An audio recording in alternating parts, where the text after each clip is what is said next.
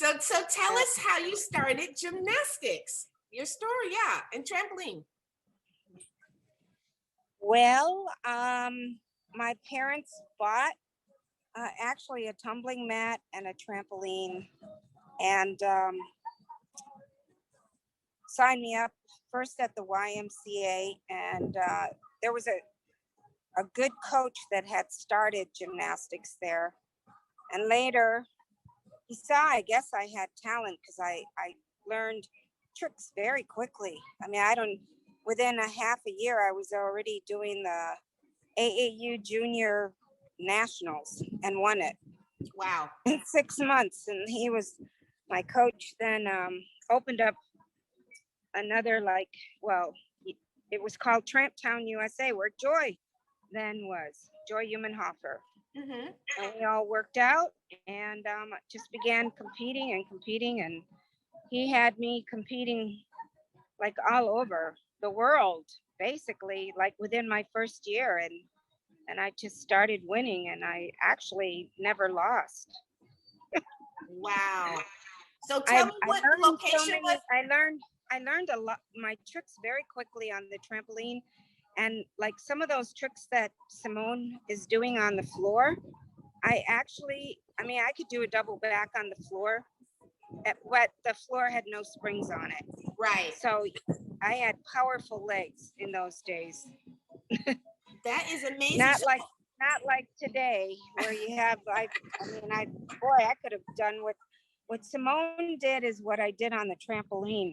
Also, some of those tricks, those double twisting double backs on the floor. I used to do. That was one of my highlighting tricks. But my real trick that I was the only female to ever, and even men, accomplish was a full 1.5 twisting triple somersault on the trampoline, and successfully do it in a routine. Because that's why I admire Simone, because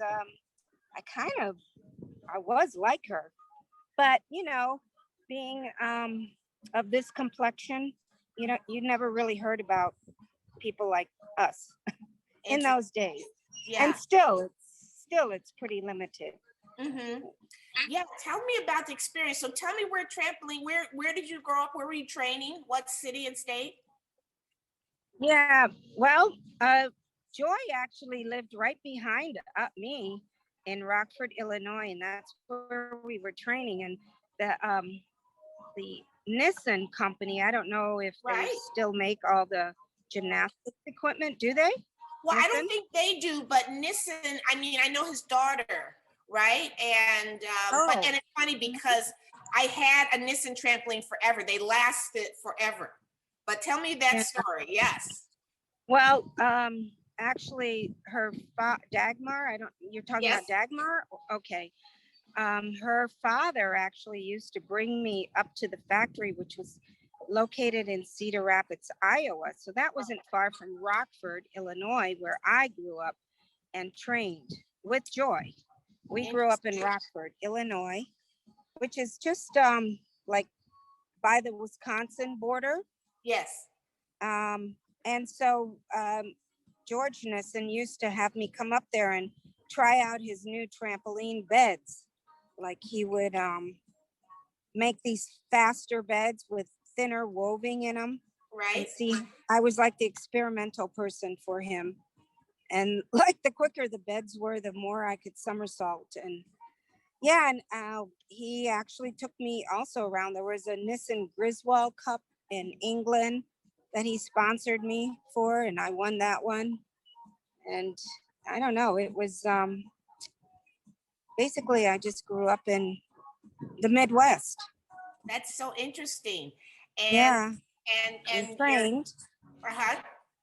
And eventually I went out to UCLA for college, and there I wasn't on the gymnastics team. Instead, I did diving. I was on the 3-meter diving and used to practice basically kind of with Greg Louganis in Mission Viejo. Wow. And we were headed for the Olympics when That was in 1980 when Carter had banned the Americans from going, and then I just stopped competing. I just stopped sports and came to Belize. So I've been here Wow. basically since 1980. That is amazing. That is so interesting. And I'm so honored to hear your story because I saw we found something that was in Jet magazine, you know? Yeah. Yeah, I was in Jet and I was also in Ebony. I have a lot of news press about me, but like I said, you know, those days it was a different scenario. Yeah, tell me I didn't how it have the was. blonde hair and blue eyes, but that's all right, you know. How was it being a Black gymnast at that time? Well, I had my trials and tribulations with racialness. I mean, there were some people in the South that had tried everything trick in the book to try and not allow me to compete. So they're from Memphis, Tennessee. I'll never forget them.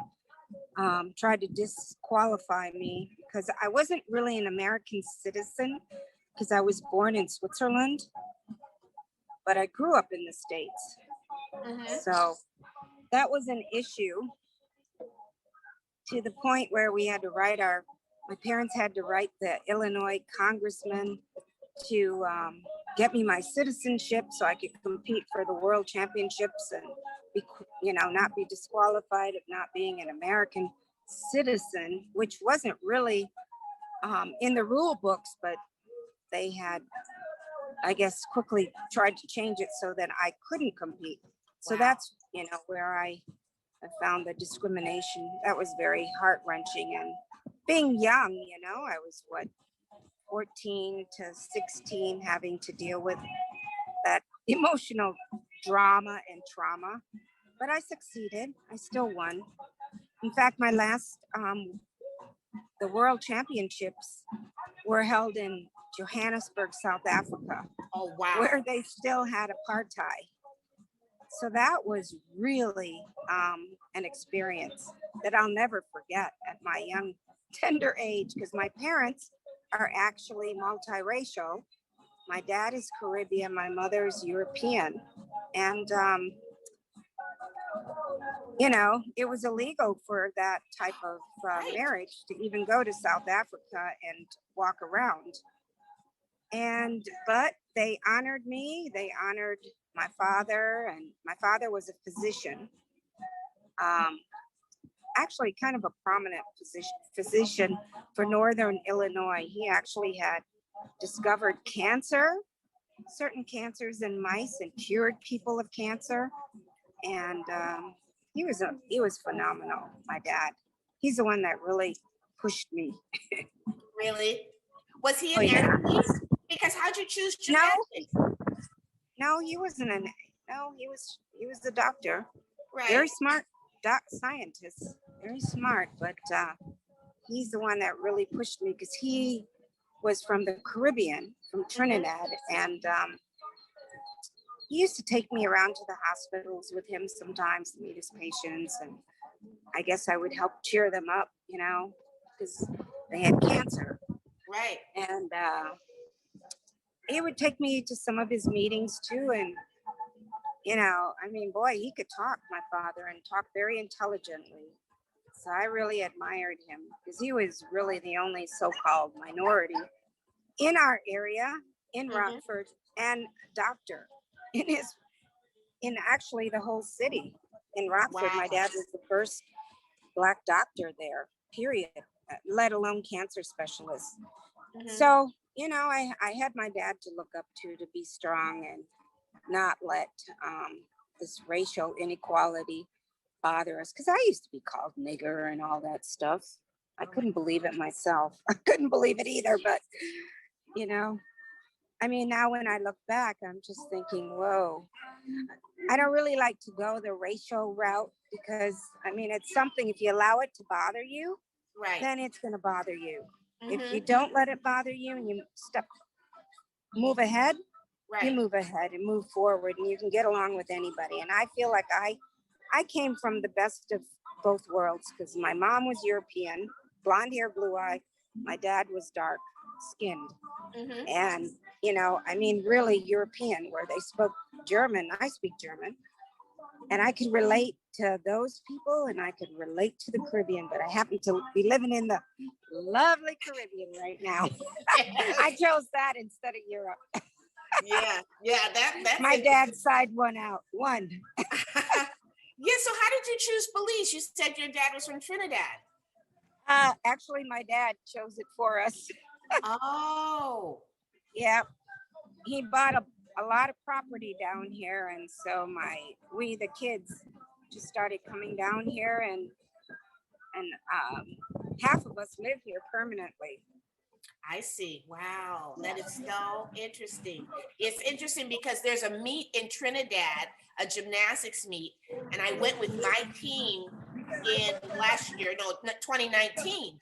But it was the first meet that I had gone to that primarily had Black gymnasts, right? I've been doing gymnastics here, all of my girls, and it was a big meet in Trinidad. And for me, it was mind blowing to be in a big gymnastics meet with 300 kids, all of color. Yeah. Yeah. Well, Trinidadians are all blended, mixed with, like, we call them East Indian, French, African, Uh-huh. because they had all those Spanish, they had all those different, well, Venezuela's right 3 miles off Right. the coast. Right. So you have all those different, just like Belize. Belize, we are very blended too here. The people are I look like a Belizean right now. I fit right in. That's interesting. That is Yeah. so interesting. It's so wonderful. So you said you did your gymnastics, then became a diver, which a lot of people do. And did you enjoy doing diving? Did you enjoy competitive diving? Oh yeah. It was quite easy. It was, because basically you're doing the same tricks, just you gotta learn to land with water first, Right, head right. first instead of so like a 2.5 or 2.5 twisting double front, 2.5 double front, or even inward 1.5 twisting. No, I was a good twister and a good spinner. Uh-huh. Wow. Yeah. That's Yeah, I did have springs, but not anymore. okay. That is, Yeah. yeah. So you traveled the world competing in trampoline because it's interesting. Trampoline went through, I think when you were doing it, it was more popular, but it went through a time when it wasn't very popular in the US. Right. Yes, for like 20 years, maybe more. Right. Right? Yeah. And then Yeah. now it's in the Olympics. Yes, exactly. Yeah. But how did you choose gymnastics? You just liked it? How did you choose to do trampoline? Well, my parents signed me up. Like I said, we did tumbling, vaulting, florex, and trampoline. So we did all of that at the club that I belonged to. Right.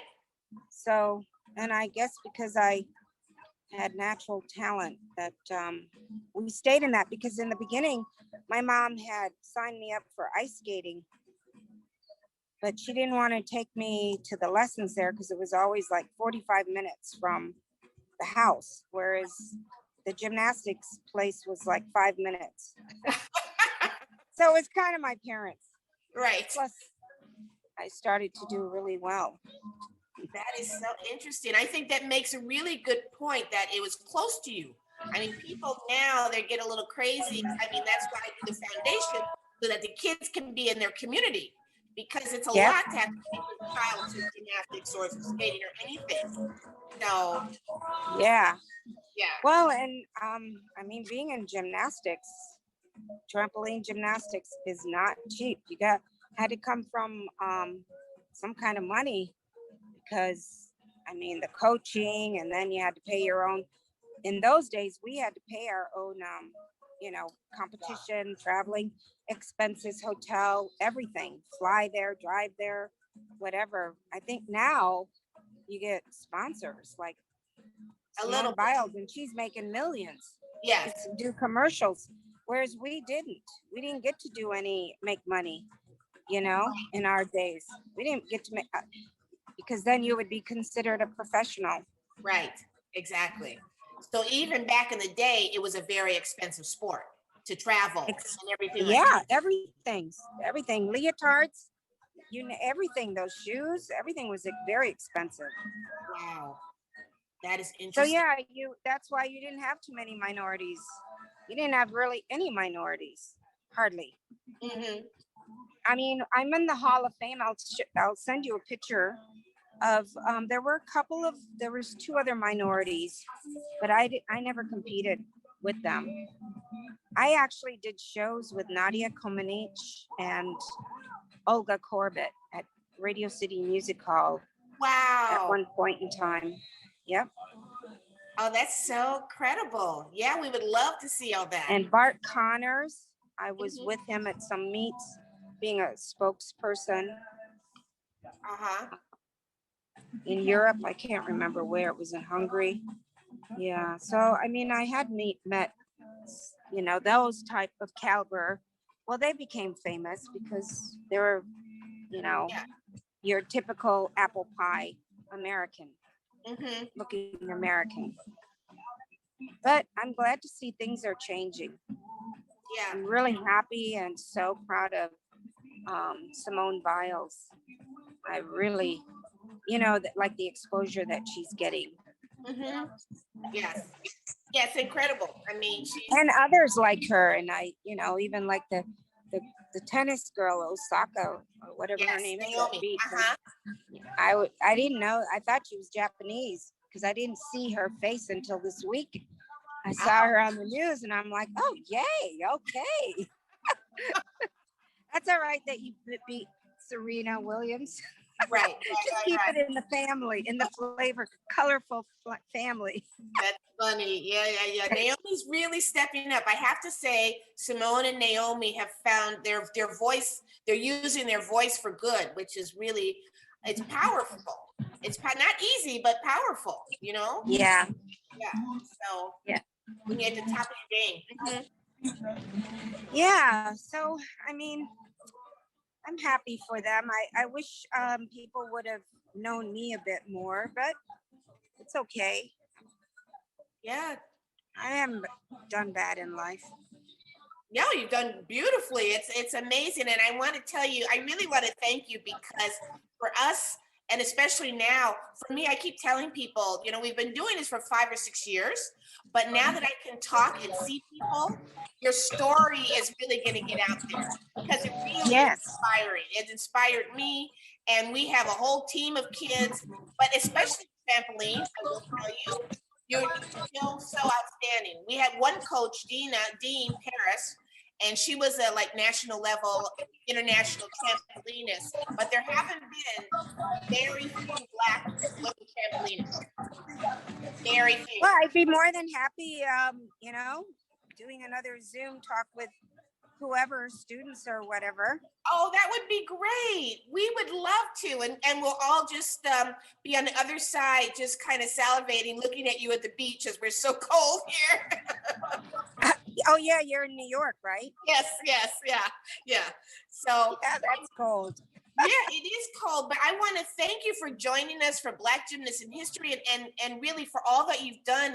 I love learning more about your story, and we will definitely reach out because it's an important story to hear. You're just a beautiful athlete and you've done so much with your life. So thank you for sharing that with us.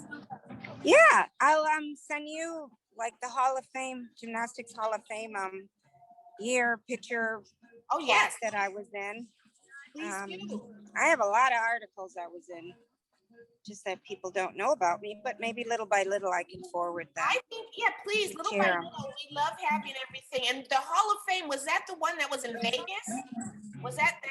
Well, there was one in Vegas, the acrobatic one, and then the U.S. Hall of Fame was, I think, in Cleveland. Okay. Cleveland, Ohio. Right, or Indianapolis. That's where they are. But I didn't. Or Indianapolis, yeah. Right. Okay, we'll look for it. Yeah. But my goodness, and thank you so much. I know it's been a trying day. I'm so glad that I. Yeah. Time, but it's been such a joy. It's really our pleasure. Thank you for all you give support, and we look forward to staying in touch. Indeed. Yeah, definitely. Thank you also for taking the time out.